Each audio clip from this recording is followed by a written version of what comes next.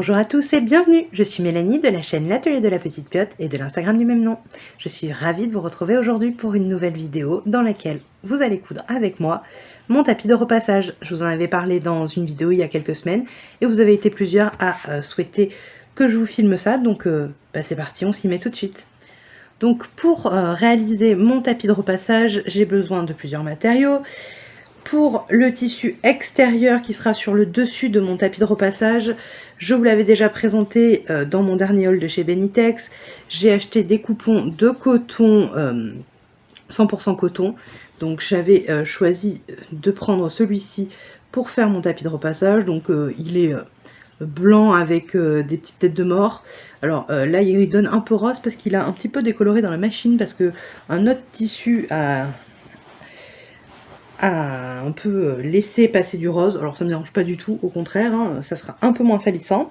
Donc pour le dessus, c'est-à-dire là où on va repasser, il nous faut un tissu en 100% coton. Ça c'est obligatoire. On peut pas utiliser de tissu avec du polyester ou autre, ça risque de fondre et de pas tenir dans la durée. Pour faire l'isolation thermique, on va dire ça comme ça, il faut un matériau. Pour résister à la chaleur, il faut utiliser un molleton qui est prévu pour cet effet. En l'occurrence, ça ressemble à ça. Ça ressemble à un molleton assez classique en fait. Alors là, c'est du Viseline Thermolame 272. Vous pouvez retrouver ce molleton sur le site de Rascol. Vous payerez ça 4,90 € pour 1 mètre sur une laisse de 90 cm. Donc moi, c'est celui que je vais utiliser aujourd'hui. Mais j'ai déjà réalisé un tapis de repassage il y a 1 an et demi, quelque chose comme ça, plus petit que j'utilisais jusque-là et qui a très bien tenu dans la durée. Et pour celui-là, j'avais acheté du molleton isolant inifugé, aussi sur le site de Rascol, qui coûte un tout petit peu moins cher étant donné qu'il est à 3,30 € le mètre pour les mêmes dimensions que le Thermolame. Donc ça marche aussi. Je vous mets les liens de ces deux produits pour le site Rascol dans la barre d'infos. N'hésitez pas à les regarder si ça vous intéresse. Donc 2 couches de ce molleton, histoire de bien protéger la surface en dessous. Et enfin un tissu qui sera le tissu sous le tapis en fait, donc on verra pas vraiment, qui est également un tissu en 100% coton. Moi il s'agit d'un rideau, d'un bout d'un rideau qui avait été coupé lors d'un déménagement, donc il était en très bon état, pas taché ni rien, et assez épais. Donc je l'avais gardé et j'ai coupé les dimensions que je souhaitais pour mon tapis. D'ailleurs je vous ai pas dit, les dimensions du tapis sont de 95 cm par 60 cm. C'est ce que j'ai décidé de faire pour moi. Ensuite il nous faudra du biais pour faire les finitions tout le tour de notre tapis de repassage. Donc moi c'est un biais que j'avais fabriqué en popeline 100% coton également. Et en termes de matériel, c'est tout ce qu'il nous faut. À savoir que je vais faire toutes les coutures avec un fil en 100% coton également. Parce que, toujours la même chose, résistance à la chaleur plus efficace que si on utilise du polyester. Donc moi c'est déjà sur la machine, c'est du Gutermann 100% coton tout simplement. Et j'ai fait une canette pour le même usage. Voilà.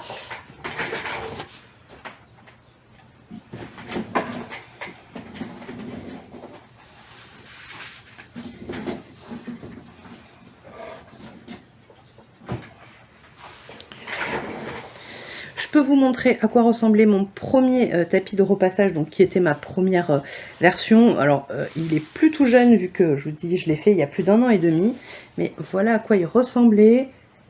Donc j'avais utilisé un petit coton fleuri, un biais que j'avais fait moi-même violet, et pour le dos c'est également le tissu que j'utilise aujourd'hui, c'est-à-dire cette espèce de rideau qui est assez épais, qui est en fibre naturelle également. Donc voilà, et vous voyez je l'ai utilisé à chaque de mes projets couture, c'est lui que j'ai utilisé, et vous voyez qu'il n'est pas du tout abîmé. Il y a des petites taches un peu dessus, mais rien d'incroyable. Et concernant la surface sur laquelle je l'ai utilisé, elle n'est pas du tout abîmée non plus. Donc après 1 an et demi de test, je pense que on peut se dire que cet assemblage de matière est suffisant pour pour pouvoir repasser dessus. Alors je sais que certains utilisent une matière qui est un espèce de plastique qui résiste à la chaleur également et à l'eau. Alors moi je l'ai jamais utilisé. J'avais fait ce tapis là pour tester l'assemblage des matières. Comme c'est probant, je reste là-dessus. Je m'embête pas à chercher plus loin. La seule chose que je sais, c'est que quand vous repassez après, il faut le bouger parce que le dessous a tendance à être mouillé. Donc le mieux c'est d'aérer pour que ça sèche, bien sûr. Sinon vous allez pouvoir pourrir votre tapis et la matière qui est en dessous. Mais bon, ça c'est un tapis d'appoint, donc on n'est pas censé le laisser sur place non plus. Enfin moi j'entends que ça comme ça. C'est pour pouvoir le déplacer plus facilement, s'installer rapidement et facilement sans avoir une table à repasser qui prend de la place et qui reste encombrante. Donc voilà, moi je suis consciente de ça, donc pas de problème là-dessus. Je vois pas pourquoi cette fois-ci ça se passerait plus mal que le test que j'avais déjà fait précédemment. Donc on va commencer. J'ai l'intention de faire exactement la même version que celle que je viens de vous présenter, c'est-à-dire de matelacer mon tissu coton qui sera le tissu sur le dessus avec mes couches de molleton. Donc je vous mets en place et je vous montre comment je fais ça. Très bien, donc je vais venir préparer mon tissu pour pouvoir faire mon matelassage. Donc pour ça j'ai pris le tissu qui sera sur l'extérieur, donc celui sur lequel je vais repasser, et je vais venir me tracer mes lignes qui serviront à faire le matelassage. Donc j'ai décidé, vu les dimensions que j'avais, de faire des colonnes comme j'avais fait sur mon tapis précédent, et je vais les faire tous les 9 cm et demi. Donc pour ça je vais venir tout simplement tracer mes lignes à 9,5. Rien de bien compliqué normalement. J'utilise un feutre qui s'efface au fer à repasser justement.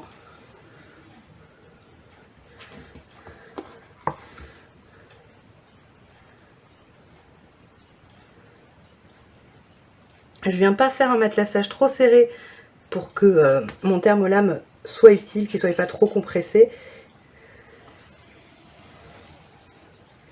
Et qu'il soit bien efficace pour la chaleur.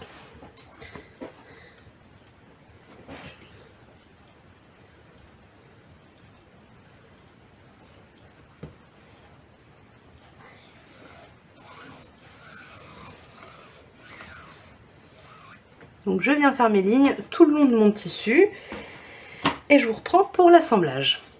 Voilà, donc j'ai tracé toutes mes lignes de matelassage. Maintenant, je vais venir superposer mes épaisseurs de thermolame et mon tissu de finition. Donc je prends mon molleton, j'ai bien mes deux couches l'une sur l'autre et je vais venir rajouter par-dessus mon coton. Donc je vais bien tout positionner. Alors moi j'ai fait en sorte que ma pièce de coton soit un peu plus grande que mes pièces de molleton, histoire d'être sûre de ne pas avoir de problème. J'ai rajouté quelques centimètres tout le tour, pas énormément parce que normalement ça devrait pas bouger plus que ça, mais sait-on jamais.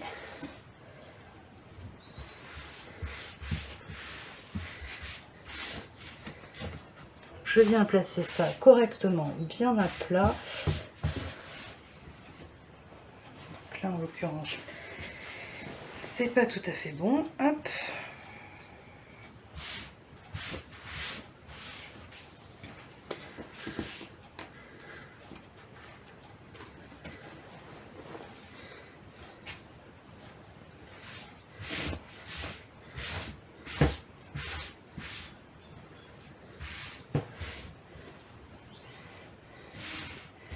Une fois que j'ai bien positionné toutes mes couches, je vais venir les épingler entre mes lignes, histoire de ne pas avoir besoin d'enlever les épingles pour pouvoir coudre sur mes lignes pour faire le matelassage. Donc je fais ça et je vous reprends quand j'ai terminé. Donc voilà, je suis venue épingler toutes mes colonnes. Donc normalement, on doit avoir mes épingles sur l'envers. Voilà. Il ne me reste plus qu'à passer en couture. Maintenant, le but du jeu, c'est de venir faire mes coutures sur les lignes que j'ai tracées pour réaliser mon matelassage. Je vais commencer par une ligne qui est plutôt vers le milieu de mon tapis. Et je vais venir progressivement faire sur les côtés, tout simplement pour bien répartir le tissu et éviter d'avoir des plis, des fronces ou autres. Donc, je fais toutes mes couture, je fais mon matelassage et je vous reprends pour la suite de l'assemblage.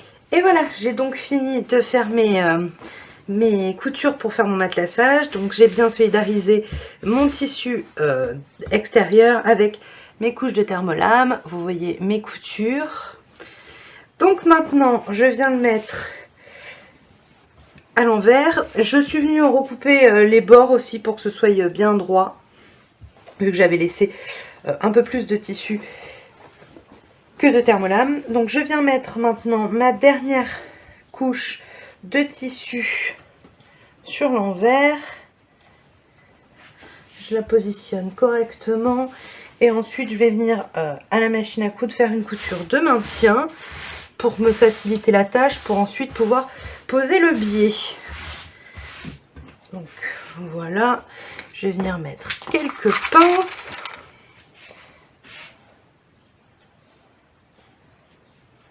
Là encore, j'ai choisi d'utiliser, de prendre du tissu plus large que mon tapis. Donc une fois que j'aurai fait ma couture de maintien, je pourrai tout simplement venir recouper le surplus de tissu.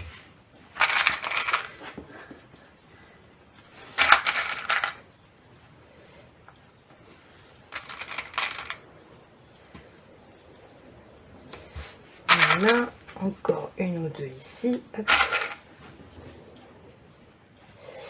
Voilà, c'est très bien. Donc je viens faire ma couture de maintien tout le tour. Je vais venir faire ça avec un point assez large parce que ça sera recousu 2 fois de suite pour maintenir en place le biais. Donc je ne vais pas faire une couture, je vais aller assez rapidement. Donc c'est parti, je viens faire cette couture là et ensuite on se retrouve pour pouvoir faire la suite. J'ai raccordé avec le tissu de derrière, donc j'ai solidifié, c'est une seule pièce maintenant.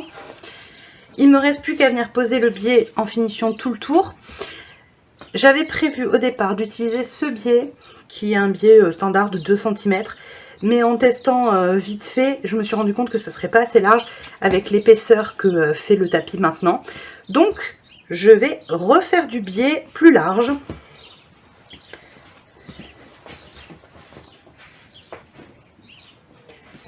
Donc, j'ai regardé ce que j'avais en 100% coton. Et je me suis dit que celui-ci pourrait faire le job. Donc vous l'avez déjà vu sur la chaîne, c'est un vert kaki avec des petites encres marines. J'en ai une belle quantité, donc ça va être parfait.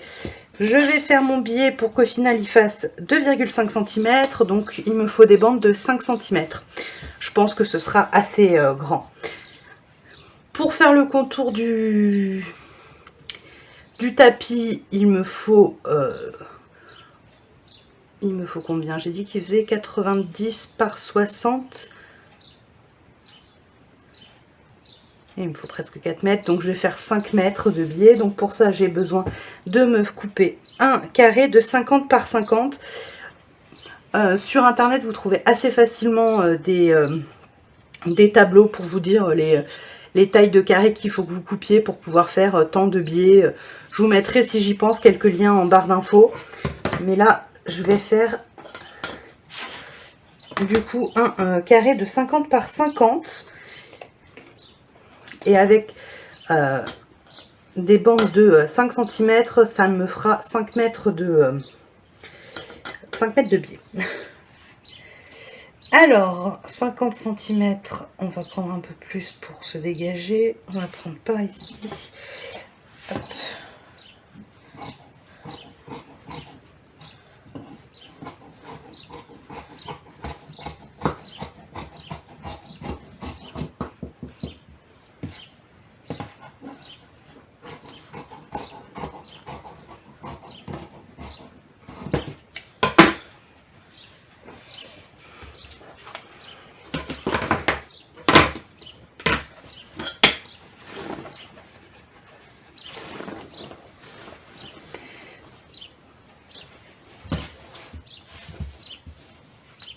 Donc c'est parti, je viens d'abord me tracer un carré de 50 cm par 50 cm. C'est la première étape.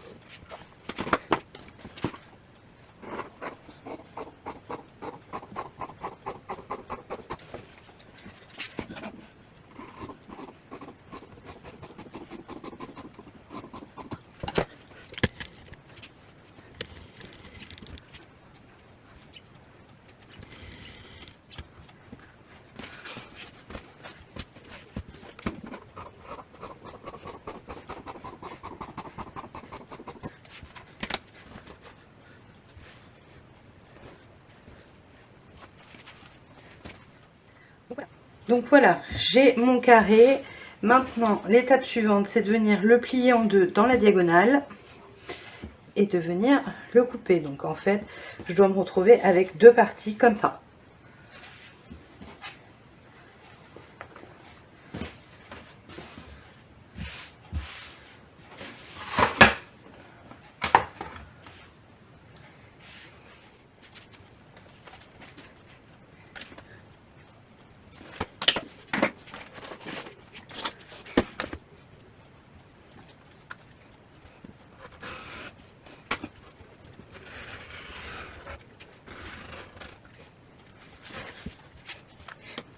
Voilà.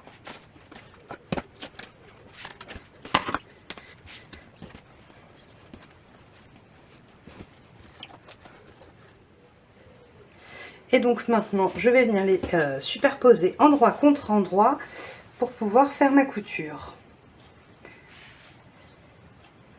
Donc, comme ceci.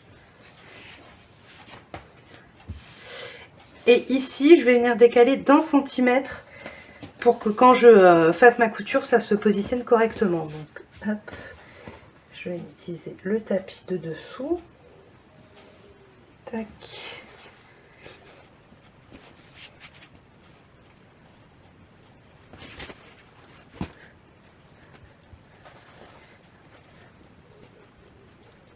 Comme ceci. Je laisse dépasser 1 centimètre de chaque côté. Je vais venir épingler et je vais venir passer ça à la machine à coudre. Je viens faire une couture tout le long.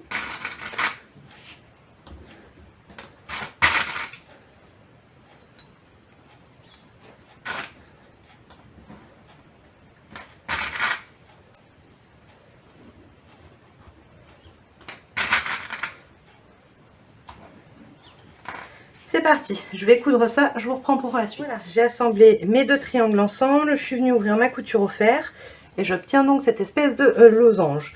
Maintenant, je vais venir tracer les bandes de la taille du biais définitif, donc en l'occurrence, moi, c'est du 5 cm.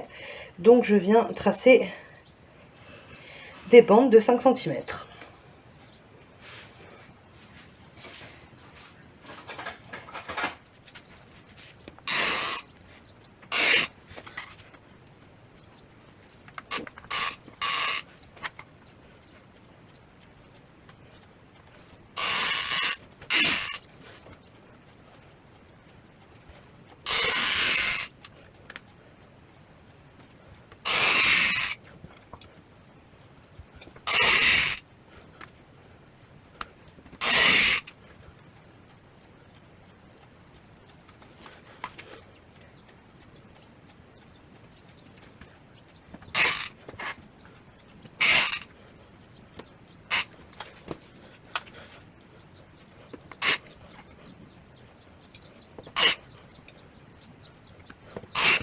Voilà, j'ai tracé toutes mes bandes. Maintenant, il faut venir replier pour former le tube. Donc pour ça, on se place sur l'endroit. Et on va venir tout simplement épingler en décalant d'une bande. Donc ça, c'est la partie un peu casse-pied entre guillemets, moi je trouve. Parce que c'est moins évident, mais c'est pas non plus super compliqué. Donc on décale d'une bande et on épingle endroit contre endroit. Donc, hop.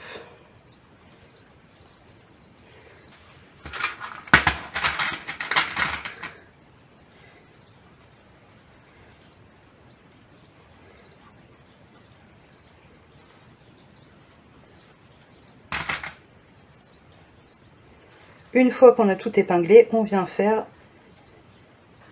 notre couture.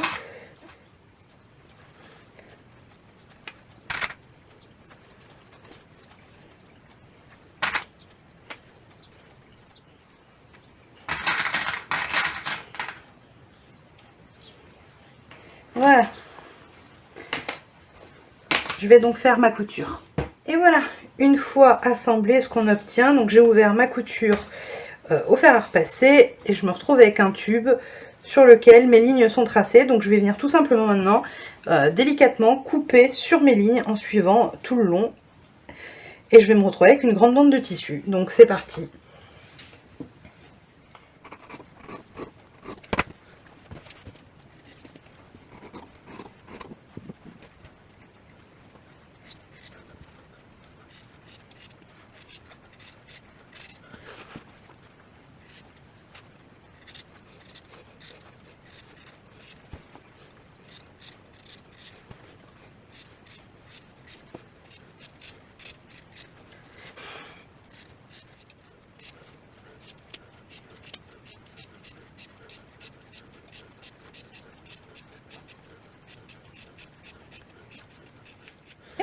Et voilà.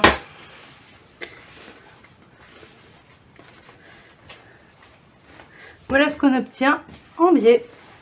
Maintenant, il ne reste plus qu'à le passer dans l'appareil à biais. Alors c'est pareil, sur internet, vous pouvez trouver facilement comment le fabriquer avec un bout de carton.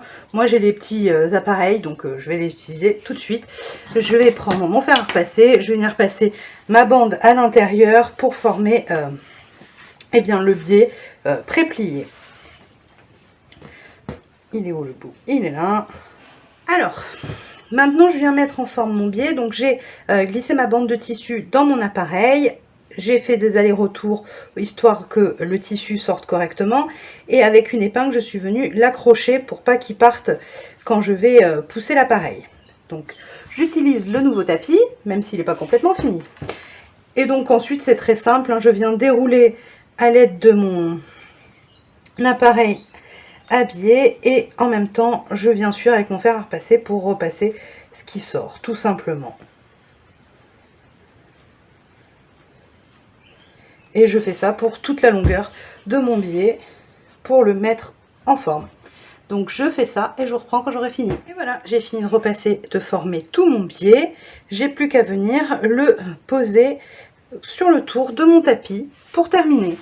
Donc je vais venir faire ça. Pas de difficulté particulière, je vais venir le coudre d'abord d'un côté, puis ensuite je le rabats et je fais la surpiqûre. Donc voilà, je viens finir de poser le biais sur le contour du tapis et je vous montre le résultat quand c'est fait. Et voilà, j'ai fini de poser le biais sur le tapis. Il est donc complètement terminé. Donc l'endroit et l'envers.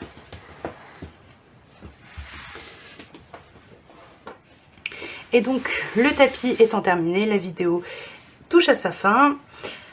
Dites-moi en commentaire si vous avez déjà cousu votre tapis de repassage ou votre nappe de repassage, ou si ça vous intéresse et que vous allez le tenter. Moi je trouve que c'est une super pratique, notamment quand on n'a pas la place d'avoir une table à repasser. Parce que l'avantage du tapis, c'est que ça se replie très facilement et que du coup ça prend beaucoup moins de place, vous voyez. Alors que la table, bon, même repliée, elle prend quand même un certain espace. Voilà, et bien j'espère que vous avez passé un agréable moment en ma compagnie. Si c'est le cas, n'hésitez pas à liker la vidéo, à me laisser un petit commentaire et à vous abonner, ça me soutient énormément. Et moi je vous dis à la semaine prochaine.